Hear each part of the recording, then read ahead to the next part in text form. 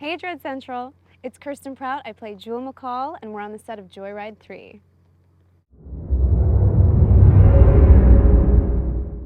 Well, it's nearing the wee hours of the morning.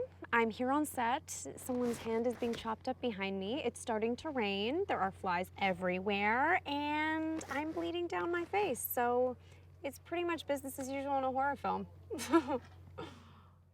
When I was on my Super Psycho, we had a little bit of gore. We had some intestines falling out and, a little scratch here and there, some knife wounds. This, we apparently have like 2 oil drums full of blood. Like, just full of blood.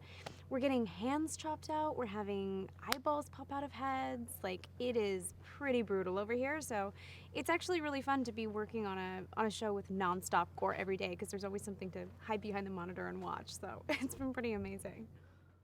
What I think this Joyride film brings to the franchise is, the first film was really psychological, and we had the most amazing character of Rusty Nail because you felt sorry for him in a way.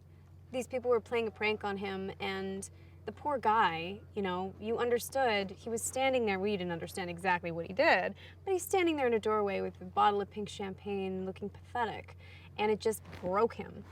But, besides that, we don't really learn too much about the character, and I think what this particular film brings is, obviously some pretty stellar kills for the fans, but in addition to that, we kind of get to know Rusty more. We understand a little more of his mythology, where he's from, what he's about, how he hunts people, and how much enjoyment he actually gets out of it. So I think we delve into Rusty a little more, which is amazing because Ken is a phenomenal actor.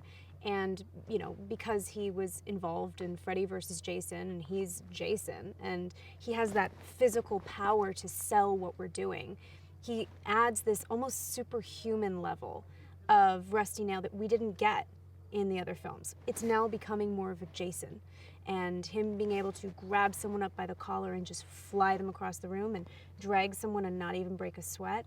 We're more working on that aspect of Rusty Nail and giving him more of a superhuman quality. So, like any good horror movie, we set out on the road, and, we're all friends, but we've got little tensions between us and all these kinds of things. And, we bring to it. Declan is great because he wrote out the typical people going on a road trip story. But also within this, the way we come across Rusty Nail and how we kind of get split up and we get to deal with these kills so individually and in such a detailed way.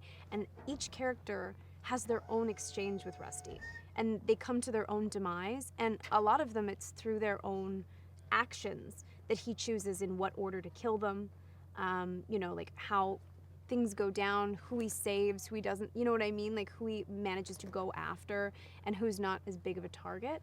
So I think what Declan has done is he's written in, the trope of the teenagers going on the road trip, but he's also able to psychologically write in Rusty unraveling and why he goes after certain kids for what.